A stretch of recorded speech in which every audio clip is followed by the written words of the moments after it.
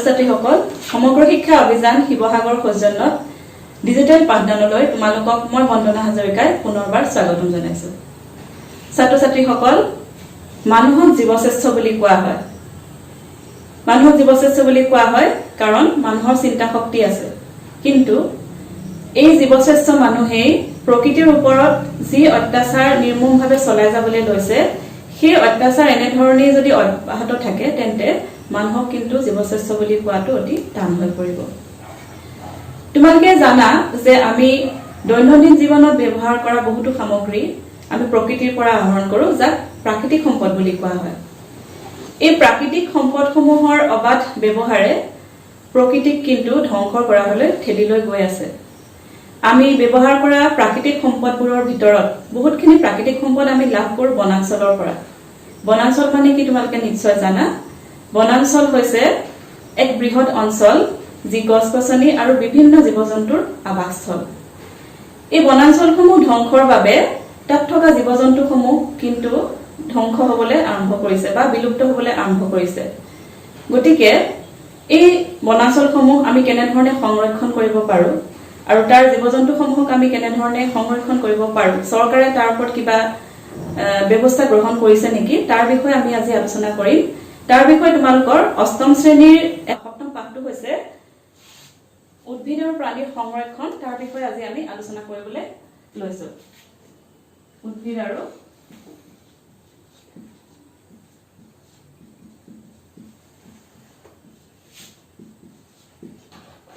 প্ৰাণীৰ সংৰক্ষণ।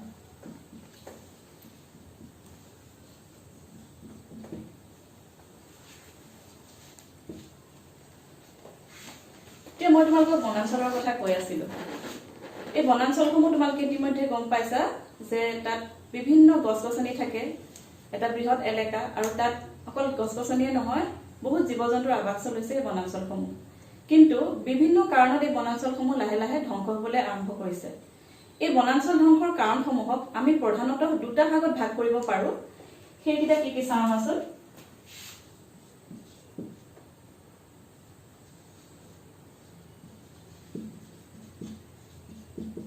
কাৰণসমূহ আমি দুটা ভাগত প্ৰধানতঃ ভাগ কৰিব পাৰোঁ। এই ভাগকেইটা হৈছে, প্ৰথম হৈছে মানৱ সৃষ্ট,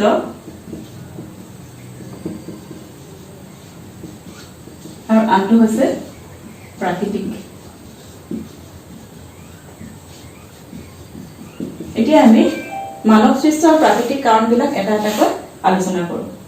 মানৱ সৃষ্ট কাৰণ মানে তোমালোকে নিশ্চয় কাৰণবোৰ তোমালোকে নিশ্চয় গম পাইছা যে মানুহৰ দ্বাৰা যিবিলাক কাৰণত বনাঞ্চলসমূহ লাহে লাহে ধ্বংস হ'বলৈ আৰম্ভ কৰিছে।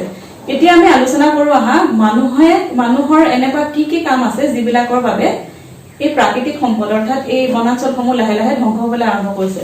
প্ৰথম কাৰণ হৈছে মানুহে বনাঞ্চলসমূহ ধ্বংস কৰিবলৈ আৰম্ভ কৰিছে খেতি বাতিৰ বাবে মাটি উলিয়াবলৈ।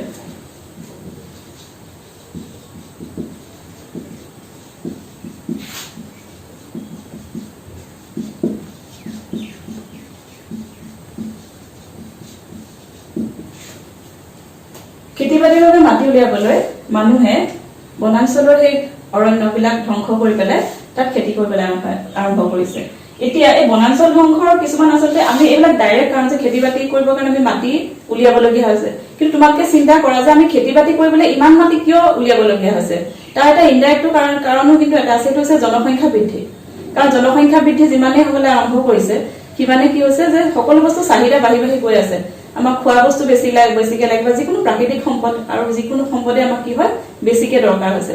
গতিকে সেই তুলনাত কি হৈছে আমাৰ মাটি কম, গতিকে সেই বনাঞ্চলবিলাক ধ্বংস কৰি পেলাই মানুহে কি কৰিবলৈ আৰম্ভ কৰিছে, তাত খেতি বাতি কৰিবলৈ আৰম্ভ কৰিছে, যাৰ বাবে বনাঞ্চলসমূহ লাহে লাহে ধ্বংস হ'বলৈ আৰম্ভ কৰিছে। দ্বিতীয় কাৰণ হৈছে আমি ইন্ধন হিচাপে খৰি যে ব্যৱহাৰ কৰোঁ, সেই খৰিৰ কাৰণে কি হৈছে, খৰিৰ বাবে আমি সেই বনাঞ্চলসমূহ মানুহবিলাকে লাহে লাহে ধ্বংস কৰিবলৈ আৰম্ভ কৰিছে।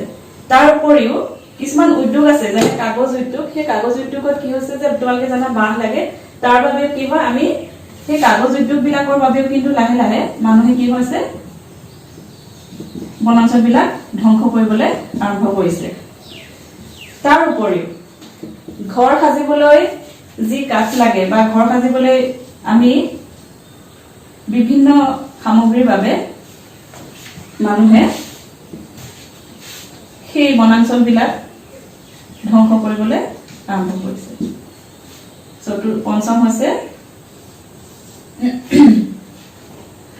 আমি বিভিন্ন আচবাব বনাবলৈ বিভিন্ন ধৰণৰ ফাৰ্নিচাৰ বিলাক তৈয়াৰ কৰিবৰ কাৰণেও বনাঞ্চল ধ্বংস কৰিবলৈ আৰম্ভ কৰিছো।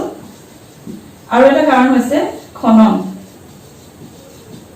কয়লা হওক বা তেলৰ খননৰ বাবে সেই বনাঞ্চল বিলাক কি হৈছে মানুহে লাহে লাহে ধ্বংস কৰিবলৈ আৰম্ভ কৰিছে। এতিয়া তোমালোকে ছচিয়েল মিডিয়াত হওক নিউজ পেপাৰত হওক এটা খুব এটা হট নিউজ এটা ব্ৰেকিং নিউজ এটা আহি আছে যে দিহিং পাটকাই, তোমালোকে নাম শুনিছা, পিছলৈ আলোচনা কৰিম দিহিং পাটকাইৰ বিষয়ে, যে দিহিং পাটকাই পূবৰ আমাজন বুলি কোৱা হয়, তাত কিন্তু কয়লা খনন কৰিবলৈ অনুমতি দিছে। গতিকে তাক লৈ পেলাই খুব প্ৰতিবাদ হৈ আছে, কাৰণ তাত যদি খনন আৰম্ভ কৰিবলৈ হয় তেতিয়াহ'লে কিন্তু সেই বনাঞ্চলসমূহত থকা জীৱ জন্তুবিলাকৰ ওপৰতো বিৰূপ প্ৰভাৱ পৰিব আৰু বনাঞ্চলসমূহ ধ্বংস হ'ব পাৰে। গতিকে তোমালোকে গম পাইছা যে এইবিলাক হৈছে মানৱ সৃষ্ট কাৰণ, যিবিলাক কাৰণত বনাঞ্চলবিলাক লাহে লাহে ধ্বংস হ'বলৈ আৰম্ভ কৰিছে। তোমালোকক মই লগতে কৈছিলো যে এই বনাঞ্চল ধ্বংসসমূহৰ মানৱ সৃষ্ট কাৰণৰ উপৰিও কিছুমান কিন্তু প্ৰাকৃতিক কাৰণো আছে, যাৰ বাবে এই বনাঞ্চলসমূহ লাহে লাহে ধ্বংস হ'বলৈ আৰম্ভ কৰিছে। এই প্ৰাকৃতিক কাৰণৰ ভিতৰত কি কি আছে তোমালোকে চোৱা। প্ৰাকৃতিক কাৰণৰ ভিতৰত কেইটামান কাৰণ হৈছে বনজুই। বনজুই বিষয়ে তোমালোকে জানা, কেতিয়াবা বনত জুই লাগি পেলে কি হয় যে তাত থকা গছ গছনি আৰু তাত থকা উদ্ভিদবিলাক জীৱ জন্তুবিলাক মৃত্যু মুখত পৰিব পাৰে বা পৰে। ছেকেণ্ড হৈছে প্ৰচণ্ড খৰাং আৰু ঘূৰ্ণী বতাহৰ বাবেও কেতিয়াবা কি হয় এই বনাঞ্চলসমূহ ধ্বংস হ'ব পাৰে। কিন্তু প্ৰাকৃতিক কাৰণ যদিও আছে, তোমালোকে যদি মন কৰা তেতিয়াহ'লে দেখা পাবা যে মানৱ সৃষ্ট যিখিনি কাৰণ আছে, কি কৈছিলো যে খেতি বাতিৰ কাৰণে মাটি উলিয়াবলৈ মানুহে বনাঞ্চলবিলাক ধ্বংস কৰিবলৈ আৰম্ভ কৰিছে। ইন্ধন হিচাপে আমি খৰি ব্যৱহাৰ কৰো, গতিকে আমি গছ কাটিবলৈ আৰম্ভ কৰিছো, গছখিনি বেছিকে ব্যৱহাৰ হয়। কাগজ উদ্যোগতো ব্যৱহাৰ হয়, ঘৰ সাজিবলৈ, আচবাব বনাবলৈ বা খনন আমি কৰি পেলাই যি আমাৰ কয়লা পেট্ৰলিয়াম বিলাক উলিয়াই আছো, তাৰ ফলত কিন্তু বনাঞ্চল বিলাক বেছিকে ধ্বংস হয় প্ৰাকৃতিক কাৰণৰ লগত যদি আমি তুলনা কৰো। গতিকে তোমালোকে গছালে দেখা পাবা যে মানুহে কিন্তু আমি এই বনাঞ্চলসমূহ ধ্বংস কৰি গৈ আছো।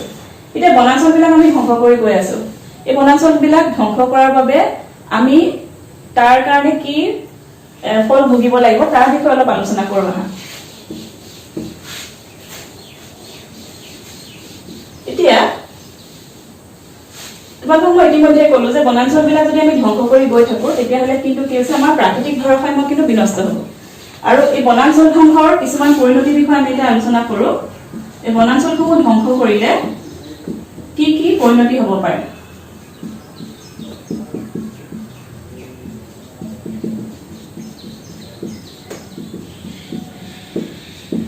বনাঞ্চল ধ্বংসৰ পৰিণতিৰ ভিতৰত প্ৰথম হৈছে গোলকীয় উষ্ণতা বৃদ্ধি। এই শব্দটো তোমালোকে আগৰ লেসনতো পাইছা। গোলকীয় উষ্ণতা বৃদ্ধি মানে তোমালোকে নিশ্চয় জানা যে আমাৰ পৃথিৱীখনৰ উষ্ণতা কি হৈছে দিনে দিনে বাঢ়ি গৈ আছে। কিন্তু কথা হ'ল যে বনাঞ্চল ধ্বংসৰ লগত গোলকীয় উষ্ণতা বৃদ্ধিৰ কি সম্বন্ধ আছে, আমি তাৰ বিষয়ে আলোচনা কৰো। তোমালোকে জানা যে আমাৰ বায়ুমণ্ডলত থকা কাৰ্বন ডাই অক্সাইড গেছে সূৰ্যৰ পৰা অহা যি তাপ, সেই তাপ প্ৰতিফলনৰ পিছত কিন্তু বায়ুমণ্ডলৰ পৰা ওলাই যাবলৈ নিদিয়ে, তাক কিন্তু কাৰ্বন ডাই অক্সাইড গেছে ধৰি ৰাখে, অৰ্থাৎ শোষণ কৰি ৰাখে। কিভাবে? কাৰ্বন ডাই অক্সাইড গেছক তোমালোকে জানা নিশ্চয় সেউজগৃহ গেছ বুলিও কোৱা হয়। আৰু সেই তাপ যেতিয়া কাৰ্বন ডাই অক্সাইডে শোষণ কৰি ধৰি ৰাখে তেতিয়াহ'লে কিন্তু লাহে লাহে কাৰ্বন ডাই অক্সাইডৰ পৃথিৱীৰ উষ্ণতা বৃদ্ধি হ'বলৈ লয়, তাকে গোলকীয় উষ্ণতা বৃদ্ধি বুলি কোৱা হয়।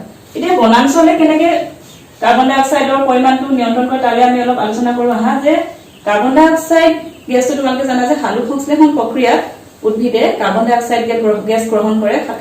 সালোক সংশ্লেষণ প্ৰক্ৰিয়াৰ বাবে উদ্ভিদক কাৰ্বন ডাই অক্সাইড গেছ প্ৰয়োজন হয়। যদি আমি গছ গছনিবিলাক কাটি পেলাওঁ তেতিয়াহ'লে কিন্তু কি হ'ব যে সালোক সংশ্লেষণ প্ৰক্ৰিয়াৰ বাবে যি কাৰ্বন ডাই অক্সাইড গেছ উদ্ভিদে গ্ৰহণ কৰে সেই শোষণটো কিন্তু কমি আহি থাকিব, অৰ্থাৎ বায়ুমণ্ডলত কাৰ্বন ডাই অক্সাইড গেছৰ পৰিমাণ দিনে দিনে বাঢ়ি গৈ থাকিব আৰু সেইটোৱে হৈছে বনাঞ্চল ধ্বংসৰ বাবে কাৰ্বন ডাই অক্সাইড গেছৰ পৰিমাণ বায়ুমণ্ডলত বাঢ়ি বাঢ়ি গৈ আছে আৰু লগতে গোলকীয় উষ্ণতা বৃদ্ধি হৈ গৈ আছে গোলকীয় উষ্ণতা বৃদ্ধিৰ বাবে তোমালোকে জানা নিশ্চয় আমাৰ ছালৰ বিভিন্ন ৰোগ হয় বা আমাৰ ক্লাইমেটটো আমাৰ জলবায়ুৰ বহুত বেছি পৰিৱৰ্তন হৈছে এই গোলকীয় উষ্ণতা বৃদ্ধিৰ বাবে ছাত্ৰ ছাত্ৰীসকল ইয়াতে মই তোমালোকক এটা কথা কওঁ যে তোমালোকে এই কথাটো নাভাবিবা যে আমি যে কৈ আছো যে আমি সংৰক্ষণ কৰিব লাগে কেৱল চৰকাৰৰ হাতত যে ভূমিকা আছে তেনে কোনো কথা নাই আমি কিন্তু আমাৰ ব্যক্তিগত কিছুমান প্ৰচেষ্টা হাতত ল'ব পাৰো তোমালোকৰ বনাঞ্চল ধ্বংসৰ দ্বিতীয় পৰিণতি হৈছে খৰাং বনাঞ্চল ধ্বংস হোৱাৰ লগে লগে আমাৰ কিন্তু জলচক্ৰটো প্ৰভাৱ পৰে বৰষুণ কমি আহিব লগে লগে কি হৈছে খৰাং বতৰৰ সৃষ্টি হ'ব তৃতীয়টো হৈছে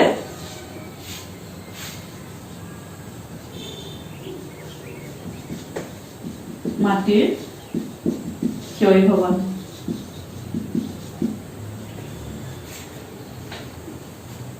বনাঞ্চল ধ্বংসই মাটিৰ গুণাগুণৰ ওপৰতো প্ৰভাৱ বিস্তাৰ কৰে তোমালোকে ইতিমধ্যে ক্লাস 7ত পাই আহিছে বা তোমালোকে জানা যে গছৰ শিপাই কিন্তু মাটি খামুচি ধৰি থাকে গতিকে যদিহে গছ-গছনিবিলাক আমি এনেকৈ ধ্বংস কৰি গৈ থাকো তেতিয়াহলে কিন্তু সেই মাটিখিনি কি হ'ব লাহে লাহে খহিবলৈ আৰম্ভ কৰিব আৰু তাকে কোৱা হয় মাটিৰ ক্ষয়ীভৱন বুলি তাৰ পিছত পঞ্চমটো হৈছে চতুৰ্থটো হৈছে বানপানী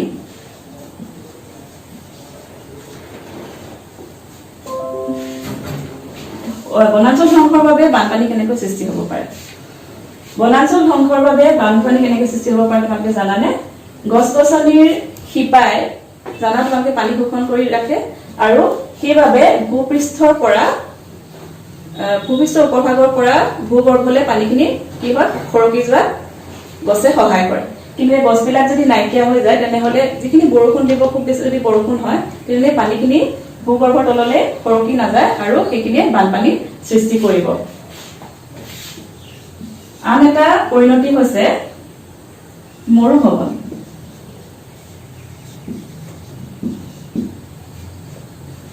মাটিৰ ক্ষয়ীভৱনৰ বাবে মাটিৰ যদি ওপৰৰ যেটো তৰপ থাকে সেইটো যদি লাহে লাহে খহিবলৈ আৰম্ভ কৰে সেই ওপৰৰ আচলতে তৰপটোৱে হৈছে সেই উৰ্বৰ অঞ্চল তাত থকা হিউমাছখিনি গুচি যাব গতিকে লাহে লাহে কি হ'ব তাৰ কঠিন শিল থকা টান অংশটো ওলাই পৰিব আৰু কি হৈছে অতি অনুৰ্বৰ তাত কোনো খেতি-বাতি নহয় গতিকে সেই লাহে লাহে মাটিখিনি অনুৰ্বৰ হৈ পেলাই মৰুভূমিলৈ পৰিণত হ'ব আৰু তাকে কোৱা হয় মৰুভৱন বুলি আন কিছুমান পৰিণতিও আছে যে আমি বনাঞ্চলবিলাক যেতিয়া ধ্বংস কৰিম জীৱ-জন্তুবিলাকৰ কিন্তু আৱাসস্থলবিলাক নাইকিয়া হৈ যাব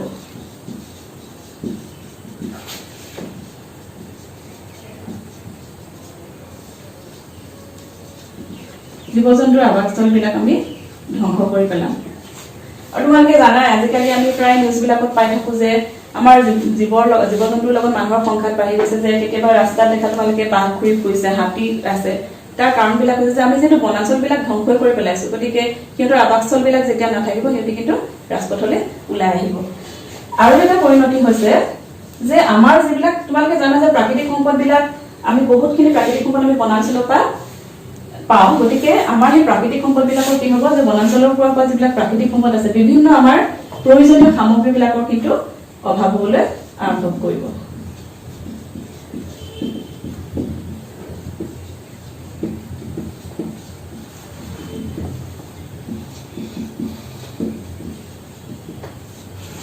এইবিলাক হৈছে বনাঞ্চল ধ্বংসৰ পৰিণতি গতিকে তোমালোকে নিশ্চয় এতিয়া অনুভৱ কৰিব পাৰিছা যে বনাঞ্চল ধ্বংসৰ পৰিণতি কিন্তু অতি ভয়াৱহ গতিকে এই বনাঞ্চল আমি এনেকৈ ধ্বংস হ'বলৈ দিব নোৱাৰো সেইবাবে সেইখিনি যাতে আমি ধ্বংস নকৰি পেলাই ভালদৰে সংৰক্ষণ কৰিব পাৰো তাৰ কাৰণে চৰকাৰে খুব পৰিকল্পিতভাৱে এই বনাঞ্চলসমূহক সংৰক্ষণৰ ব্যৱস্থা কৰিছে আৰু এই বনাঞ্চলসমূহক সংৰক্ষণৰ ব্যৱস্থা কৰোতে চৰকাৰে এই বনাঞ্চলসমূহক তিনিটা ভাগত ভাগ কৰি পেলাইছে সেই ভাগকেইটা হৈছে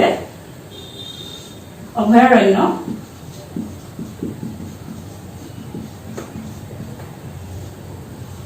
দ্বিতীয় হৈছে ৰাষ্ট্ৰীয় উদ্যান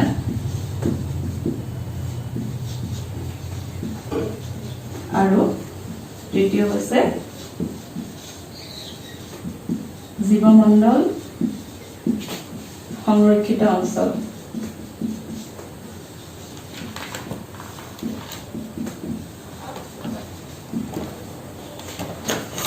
যিবাৰখানে তোমালোকে আমি 3টা ভাগত ভাগ কৰিছে চৰকাৰে। এই অঞ্চলসমূহক সংৰক্ষণৰ ব্যৱস্থা কৰিছে। বনাঞ্চলসমূহক সেইকেইটা আছে অভয়াৰণ্য, ৰাষ্ট্ৰীয় উদ্যান আৰু জীৱমণ্ডল সংৰক্ষিত অঞ্চল। গতিকে এই সংৰক্ষিত অঞ্চলসমূহত কিন্তু গছ কটা, জীৱ-জন্তু বধ কৰা বা কৃষি কাৰ্য কৰা ইত্যাদি কিন্তু বা মানুহে নিজৰ ইচ্ছামতে চলাফুৰা কৰা এইবিলাক কিন্তু বন্ধ। তোমালোকে যাব পাৰা, তোমালোকে জানা, তোমালোকে কাজিৰঙা ৰাষ্ট্ৰীয় উদ্যানৰ কথা সকলোৱে জানে। আমি পিছলৈ আলোচনা কৰিম এইখিনি কথা।